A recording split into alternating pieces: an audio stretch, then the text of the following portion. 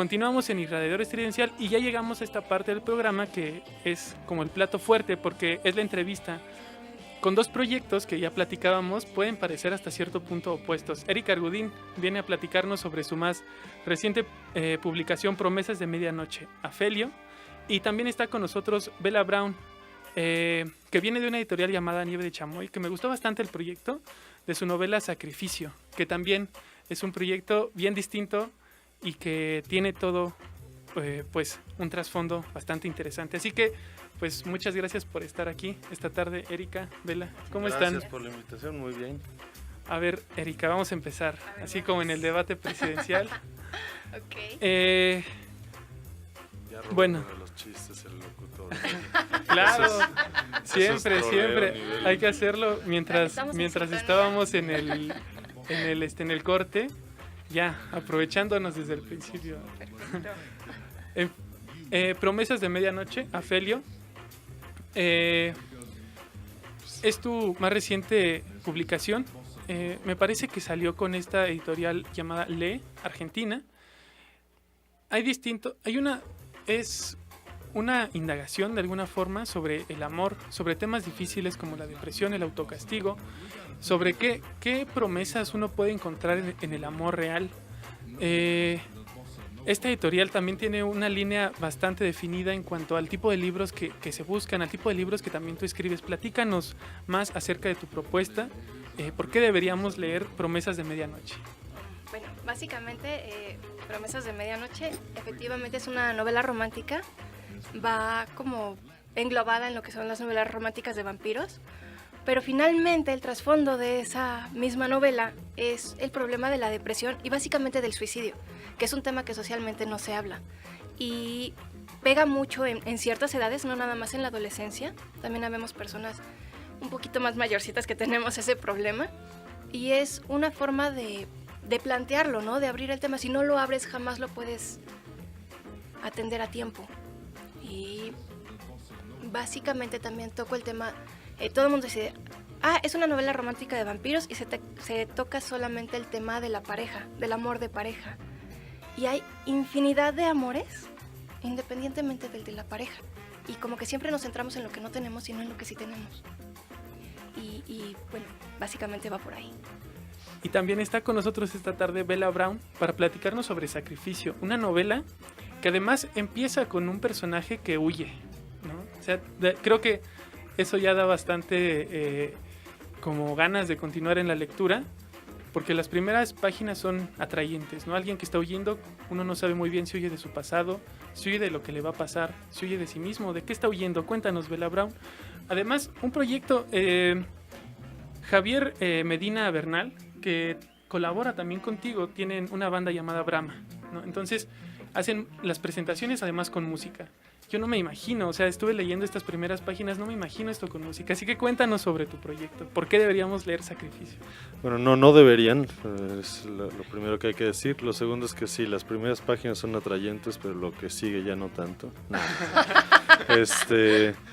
¿Por qué deberían de leer Sacrificio? Bueno, pues digo, en realidad hay muchas cosas que leer. Yo no soy nadie para decirles que lean, pero si quieren leer Sacrificio les puede parecer interesante por algunas cuantas razones, sobre todo estilísticas, porque hay una serie de planteamientos ahí que son atípicos en la literatura mexicana, que tienen que ver, por ejemplo, con la realidad y nuestro papel en la realidad y con nuestro papel para, digamos, nombrar, modificar, vivir la realidad. Es un libro que tiene es una declaración de guerra contra la realidad, ¿no? Entonces, sí, efectivamente la historia es de un personaje que huye de lo que está de un destino inminentemente trágico, ¿no? Es un personaje que está a punto de morir, porque vive en una casa básicamente habitada por fantasmas, por recuerdos, está hundido en la melancolía y tiene que huir de eso, ¿no? Para encontrar la vida, una posibilidad de su vida, de su propia vida. Y a lo largo de la novela este personaje se interna en un mundo que le es al mismo tiempo familiar y extraño, y encuentra una vida alternativa, su propia vida, en un plano de realidad distinto, en un universo paralelo probablemente. Y entonces de pronto el lector se ve a sí mismo en una especie de sueño, y no queda claro si el personaje está vivo o no está vivo, si está soñando o no está soñando, si es quien dice que es, etcétera, ¿no? Y todo el tiempo hay una narración paralela que corre en capítulos alternos, que es un amigo de este personaje principal que narra la historia de ambos cuando se conocieron en la secundaria varios años atrás, y la narra en lo que parece ser una prisión, desde lo que parece ser una prisión, como parte de una declaración que parece estarle dando a algún policía que le está preguntando, que está indagando, ¿no? Entonces desde ahí el lector puede intuir que en algún momento las dos historias se van a cruzar, y no precisamente para que ocurra algo bonito. Todo el tiempo se está anticipando un suceso ahí trágico, terrible. Pero en realidad como que toda la historia es un pretexto para hablar justamente sobre ese tema que a mí me inquieta, ¿no? Que es la aceptación o no de la realidad como una cosa cierta, ¿no? Yo soy una persona que trata de ponerle bombas a la realidad, y ese libro es una de ellas. Es interesante abordar un tema como lo puede ser lo real a través de una ficción, ¿no? Me parece que la ficción puede establecer ahí una relación específica con la verdad, ¿no? Porque una cosa es lo real y otra cosa es lo verdadero. En ese sentido, ¿cómo ven a partir de sus ficciones que hay una relación con eso que puede ser verdadero para ustedes? Porque eventualmente cada autor, cada persona, aunque no escriba, cada quien, digamos, puede tener su verdad. Pero ustedes, ¿cómo le hablan a alguien que está ahí, que puede ser un lector, ¿no? Alguien que los va a leer? ¿Cómo le pueden decir que esto que están diciendo a partir de sus textos es algo que los va a interpelar? ¿Cómo alguien puede sumergirse en estas cuestiones sobre lo real, sobre lo existente, sobre el amor, sobre los vampiros, ¿no? A partir de qué valores ustedes pueden interpelar a sus potenciales lectores. Bueno, yo creo que finalmente uno parte de su propia realidad, ¿no? De lo que está experimentando, de lo que está viviendo, y conectas en cierta forma planteando lo que a ti te pasa o cómo percibes la realidad finalmente, y es lo que hace que conecte. O sea, si tú no puedes transmitir tu propia experiencia, si no puedes transmitir tu propio punto de vista sobre algo que está pasando, en mi caso, por ejemplo, la depresión o las conductas autodestructivas, ¿de qué momento puedo yo acercarme tal vez a un adolescente o a una persona de mi propia edad que está pasando por ese proceso, en el que además sientes que eres la única persona en el mundo que lo está pasando y que todo el mundo te está ignorando, ¿no? Entonces finalmente el abrirlo es, sabes que no estás solo, a otras personas nos pasa, y tal vez siento ahí que es la conexión. Bueno, yo lo vivo de una forma distinta. Pues yo no intento decirle nada a nadie. Más bien yo concibo la creación artística en general como un proceso mediante el cual lo verdadero justamente se manifiesta, se abre paso a través de uno, a pesar de uno. Y yo creo que lo mejor que puede hacer el artista es intentar desaparecer de su propia obra, tratar de no estar ahí, tratar de abrir espacio para que lo verdadero encuentre su caudal y se muestre, y pueda hablar él sí con la gente que eventualmente tendrá acceso al material, en este caso al libro, ¿no? Que por lo general son otros escritores.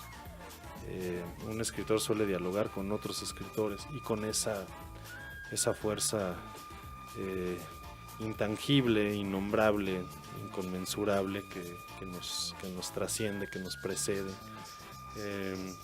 y que es el manantial del que surge la creación artística, ¿no? Se me olvidó que hace rato me habías preguntado de Javier Medina Bernal, ya me lo salté olímpico, va a creer que lo odio, y sí. Pero Javier escribió una excelente novela que publicó en Nieve de Chamoy casi al mismo tiempo que yo, que se llama Lagarto Rey, que tampoco tiene nada que ver ni con lo de Erika ni con lo mío, que está más bien como por la onda de, pues justo como por la literatura de la onda, o quizá ahí coquetea con el realismo sucio un poquito, pero es una cosa muy, muy divertida y también muy profunda. Y Javier y yo somos amigos desde hace tiempo, y como ambos somos músicos, se nos ocurrió juntar nuestras obsesiones en un conjunto de canciones que no tienen nada que ver con las novelas que escribimos, simplemente son canciones. Yo escribí las letras, él hizo la música, digamos la semilla, yo hice los arreglos y después lo montamos todo con una banda en vivo, y así presentamos nuestras respectivas novelas con un concierto, básicamente porque las presentaciones del libro nos parecen aburridas a ambos, entonces preferimos hacer un concierto, y esa es la historia de eso. Y hablando precisamente de música, pues vamos a escuchar una canción que a lo mejor rompe un poco con esta atmósfera. Esto es de Wet Vice, de su álbum Change del 2017. Regresamos a Irradiador Experiencial.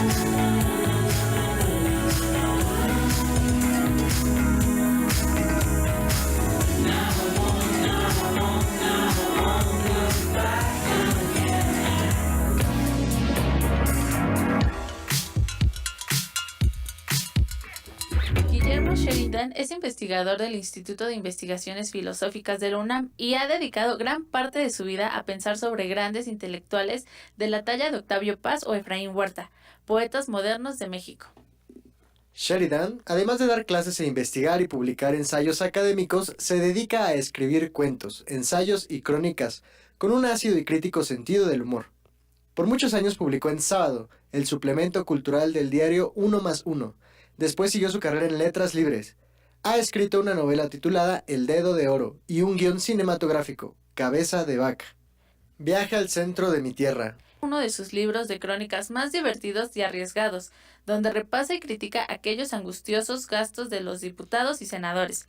También relata algunos divertidos e ingeniosos cuentos y debraya acerca de la posiblemente inexistente Secretaría de Nomenclatura Urbana de la Ciudad de México. Viaje al centro de mi tierra. Es un manual de etiqueta para el mexicano de hoy o para el audaz viajero. Lo mismo explora conductas sociales, los microbuses como armas de destrucción masiva, los desfiguros de la política, así como el albur, las piruetas y los retortijones de las hablas nacionales. Va de los bajos fondos de la nota roja a la épica batalla contra el virus de la influenza. Viaje al centro de mi tierra es un recorrido por la historia reciente del país y de la capital mexicana, un reencuentro con la tradición de grandes e irreverentes cronistas de la vida cotidiana mexicana, como Salvador Novo, Carlos Monsiváis, Jorge Ibargüengoitia y Fabricio Mejía Madrid. Te invitamos a divertirte leyendo Viaje al centro de mi tierra, de Guillermo Sheridan, publicado en la editorial Almadía.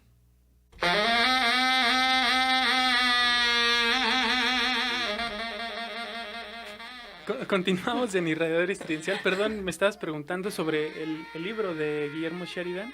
En editorial Almadía, esta editorial oaxaqueña, que tiene, pues también, a mí me gustan mucho sus libros porque son muy bonitos físicamente. Ahorita platicábamos un poquito en el corte sobre este binomio, ¿no? Del libro digital, el libro físico, y precisamente editorial Almadía pues juega mucho con las portadas, las contraportadas, la composición de sus textos. Entonces, en sí los libros son muy bonitos y además el texto de Sheridan pues está bastante divertido porque, por ejemplo, tiene una crónica sobre la epidemia de influenza que hubo en el 2009 aquí en la Ciudad de México. Entonces él va recorriendo día por día y uno se da cuenta de que verdaderamente fue una cosa de risa, ¿no? O sea, cómo la gente cayó en una paranoia así súper loca. Sí, fue como una histeria colectiva. Aparte Almadía está... Perdón. Cuando fue lo de la influenza, además pusieron lo que es 2009, la última gota de agua y ya te la acabaste. O sea, fue como mucho manejo también. Hubo muchos rumores, ¿no? Muchísimo. O sea, incluso hubo... Y eso también lo refleja muy bien en la crónica. O sea, refleja cómo había rumores que rayaban en lo absurdo. O sea, llegó un momento en el que la gente decía que uno de los guardaespaldas de Obama había traído el virus y entonces había contagiado a alguien en el aeropuerto. Y o sea, cosas así como teorías de conspiración bien raras. Pero, pues, platiquemos más sobre sus procesos de escritura, que es de lo que platicábamos un poco ahorita. ¿Por qué escribir, no? ¿Por qué escribir y qué los motiva a escribir lo que escriben? Pensando también en un poco, yo creo que siempre uno escribe para alguien, ¿no? ¿O ustedes qué opinan? ¿Ustedes creen que alguien puede escribir y ya? ¿O siempre hay alguien, siempre hay un lector en nuestra mente, un poco imaginándolo todo el tiempo? ¿Por qué escribir? Bueno, yo siento que no forzosamente escribes para alguien. Tal vez puedes tomar la decisión de compartir tu historia con alguien. En mi caso, escribo las historias que a mí me gustan, que me gustaría que me contaran o que me gustaría leer. No soporto la realidad, necesito forzosamente algo ajeno, una realidad paralela que me permita sobrellevar mi día a veces. Muy en mi caso particular, escribo también y de manera pública, no nada más las guardo en mi computadora o en un cajón y jamás van a ver la luz. Es una promesa que le hice a mi hija. Mi hija falleció cuando yo tenía 6 meses de embarazo. Falleció mientras yo estaba en coma. Entonces, en lugar de tirarme al llanto, que sí me duró un rato, le prometí que iba a hacer todo lo que yo pudiera hacer. Si ella estuviera conmigo, qué tipo de madre me gustaría ser, qué tipo de ejemplo me gustaría ser. Y he vencido muchos miedos, ¿no? Desde el qué ridícula, escribiste una novela de vampiros, o qué ridícula, no soportas la realidad, hasta luchar por lo que yo quiero, por lo que yo creo y no sacrificar nada por alguien más. Entonces, básicamente, creo que el ejemplo arrasa. Y aunque mi hija no esté aquí, yo quiero hacerla sentir orgullosa. Y si lo que yo hago le puede servir de ejemplo para que mis sobrinas no se detengan, sería feliz. Y tú, Vela, ¿por qué escribes? No, pues cualquier cosa que diga ahora va a sonar terriblemente frívola. Entonces, No, O bueno, Aquí es- podemos cambiar. entonces voy a decir, terapia de choque. escribo básicamente por conseguir dinero y fama y sexo. ¿Y para quién escribes? No, no es cierto. Sí, estaría jodidísimo si ese fuera mi objetivo, ¿no? Pero salvo por lo del sexo, sí es posible. ¿Cómo? Ajá, o sea, si escribes, ¿Qué te mueve? además de eso, supongo que, por ejemplo, tú también nos contaste de alguna forma para quién escribes, ¿no? O sea, estás pensando en esa persona cuando escribes, tal vez, ¿no? O sea, lo dejo como abierto. No. ¿Y tú podrías decir que escribes para alguien? Pues es que yo creo que no es un caso excepcional que uno escriba para los muertos, ¿no? En cierta forma, cuando hace rato hablé de este diálogo que uno tiene con voces, Claro. digamos, invisibles, pues también está la voz de los muertos, de los antepasados. Lo que uno es siempre es una mezcla como de un montón de cosas, entre ellas pues la gente cuya existencia nos antecedió y nos explica, ¿no? La existencia de nuestros padres, de nuestros abuelos, el flujo de la historia misma, ¿no? Toda la gente que tuvo que morir para hacer espacio para que nosotros estuviéramos aquí, ¿no? De una manera o de otra. Todos aquellos a quienes nos debemos. Entonces sí, pues, una de las partes más duras de escribir, porque en realidad creo que escribir no es exactamente placentero, ni es algo que uno hace como por pensando, qué padre voy a escribir, no es más bien como que porque no hay remedio, no hay otro camino, no hay otra opción, eso es lo que hay que hacer simplemente. Y uno de los procesos más tortuosos de la labor del escritor es justamente este diálogo imaginario y a veces interrumpido, a veces atropellado entre los muertos y el autor, ¿no? Los muertos propios, los muertos que están por venir, que probablemente son los muertos más terribles, ¿no? Un escritor tiene la conciencia de que en el mejor de los casos está escribiendo algo que será leído por personas que eventualmente también van a ser muertos, ¿no? Uno escribe hacia el futuro y hacia el pasado también. Creo que el presente es el tiempo que menos le favorece a la literatura. En ese sentido, cuando tú cobras conciencia de que tu universo de lectores es un universo de muertos que están caminando sobre la faz de la tierra sin ser conscientes de lo que realmente son, pues hay una sensación bastante desoladora. Y como hace mucho calor y yo quiero beber cerveza, prefiero pensar en cosas más alegres. Me voy a quitar la palabra a mí mismo.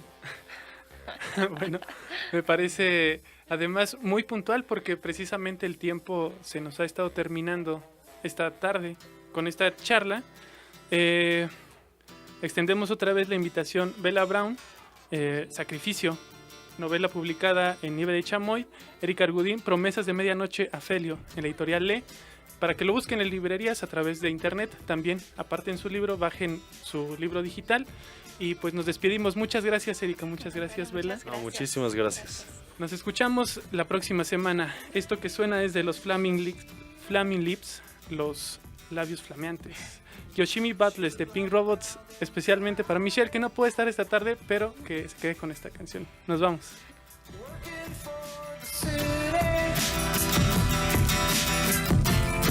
She has to discipline her body, 'cause she knows that it's demanding to defeat those evil machines.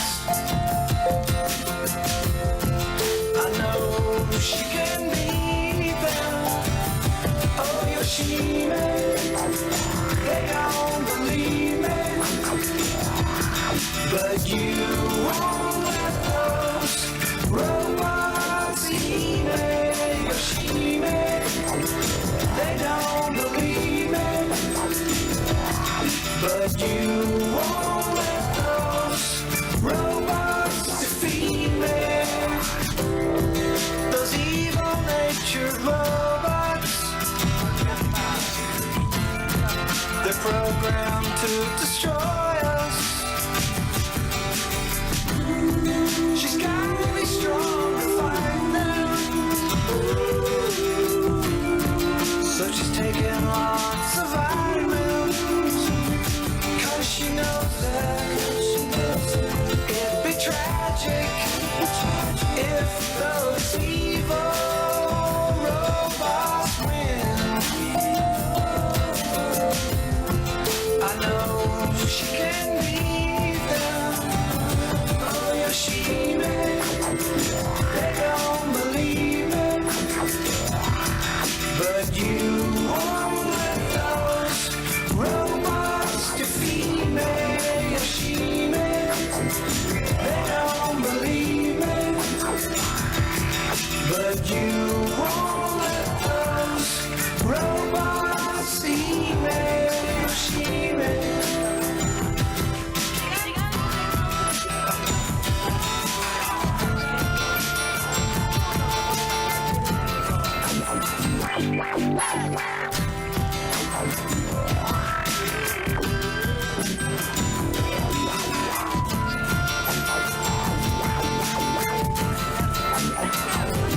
Cause you know that it'd be tragic if those evil robots win. Yeah.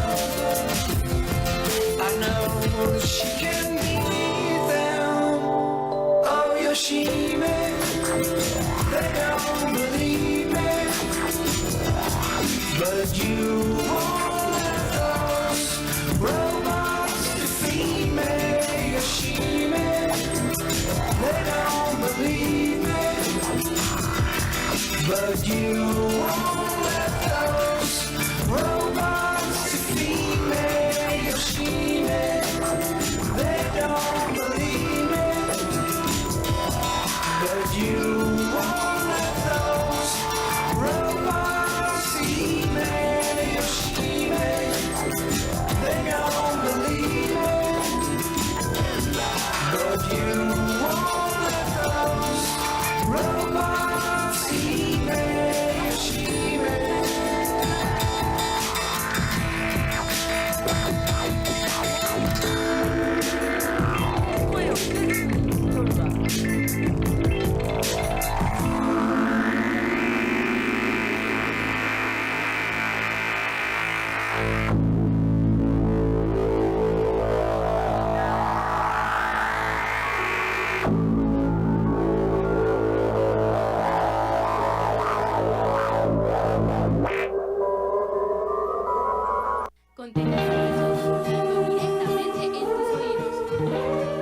Termina Irradiador Estridencial.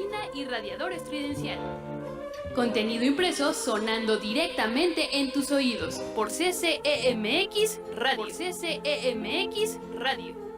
La soledad es un balcón abierto hacia la noche.